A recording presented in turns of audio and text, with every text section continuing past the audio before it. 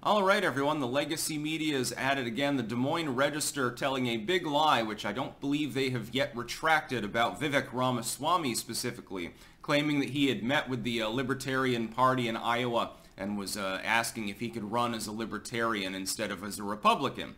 The problem is that the story is completely false, and his campaign has already publicly weighed in on this. What actually happened is that Ramaswamy was trying to get the Libertarians to support him in the primaries, so cross over and support him in the GOP primary, which shows that he's not going to drop out before the voting begins, by the way, although, looking at his polling numbers, like or hate the dude, he probably should drop out because there is no viability there. He'll be lucky if he comes in 4th place in the starting states. I mean, in New Hampshire, he might get nudged by Christie as well and end up in 5th.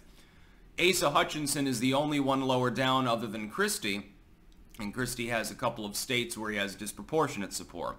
But this is an example of the legacy media telling a bald-faced lie and then refusing to even acknowledge the fact that they were wrong.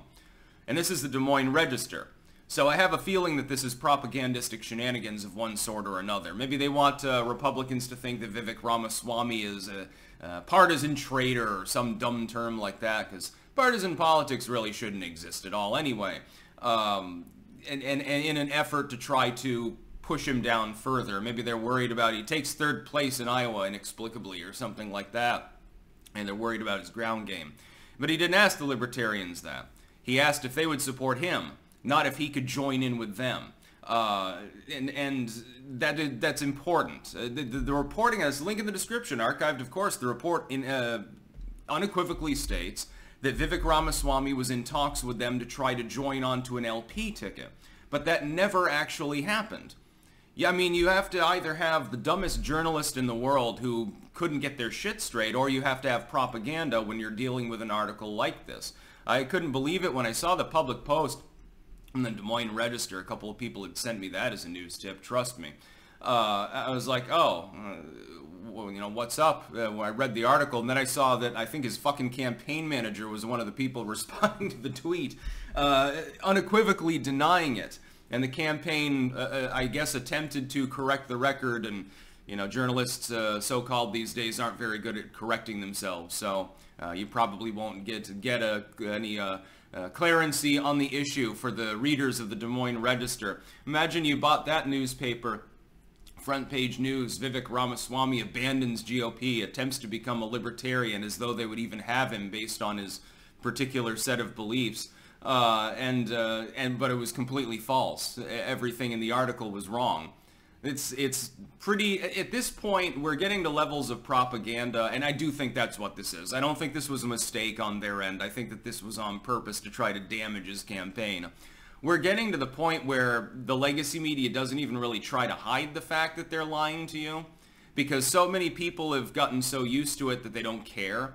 And other people are just bullshit partisans anyway, so they're not going to care because, you know, if they're on the right, they're listening to Fox, you know, the FUD News Network, and but they're going to believe anything they say, or they listen to, you know, MSNBC. It's not like they can be converted away from critical race theory and communism at this point.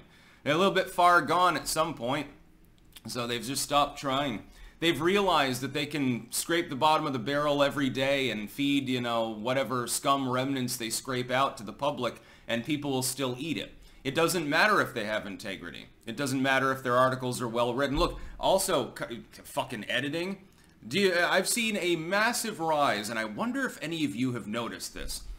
On virtually every major network, I've seen the number of typos and basic grammatical mistakes go from sporadic, like, you know, if you searched every article that day, you'd find a couple of typos, to pretty much every article. It's like, who are you hiring to even write your shit at this point? You know, I've made grammatical errors too in my posts and stuff. Write a small novel every day practically. But Jesus Christ, I mean, you need to at least try at some point, but they've realized that they don't. They don't have any exterior competition, so long as they're literally joined at the hip with the White House for political news, for economic news. They're just circling the wagons at this point, trying to defend a dying neoliberal system, so they've just stopped caring. That's why it's like when the WAPO staff walk off in protest of working conditions or whatever the hell their problem is. It's like I can't even take any comfort in that because it doesn't even matter.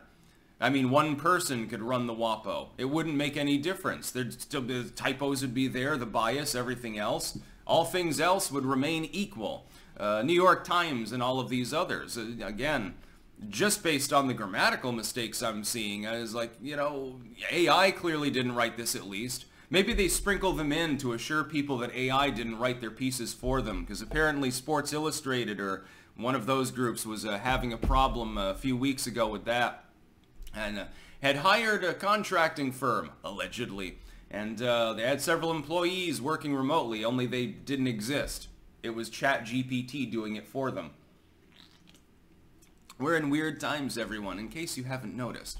The Des Moines Register really should clarify this and issue a retraction, but you can expect that they won't. It'll go under the radar too, because Vivek Ramaswamy is a minor candidate.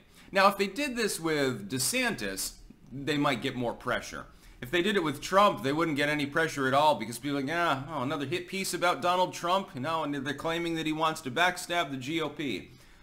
People would just assume that it was true if they have TDS, or that it was false if they were MAGA. Nobody would care. Nobody would be talking. I wouldn't make this video if the Des Moines Register had gone after Trump with a big lie like this. I wouldn't bother covering it. There's too many lies about Trump to even cover. Now they're coming for Ramaswamy. I think the reason is coincidentally related to the fact that Vivek Ramaswamy was declared the de facto winner of the debate by Donald Trump on Truth Social the other day, and quite clearly he has at least some admiration for him because he's the only one on stage without TDS. That's about all. Peace out.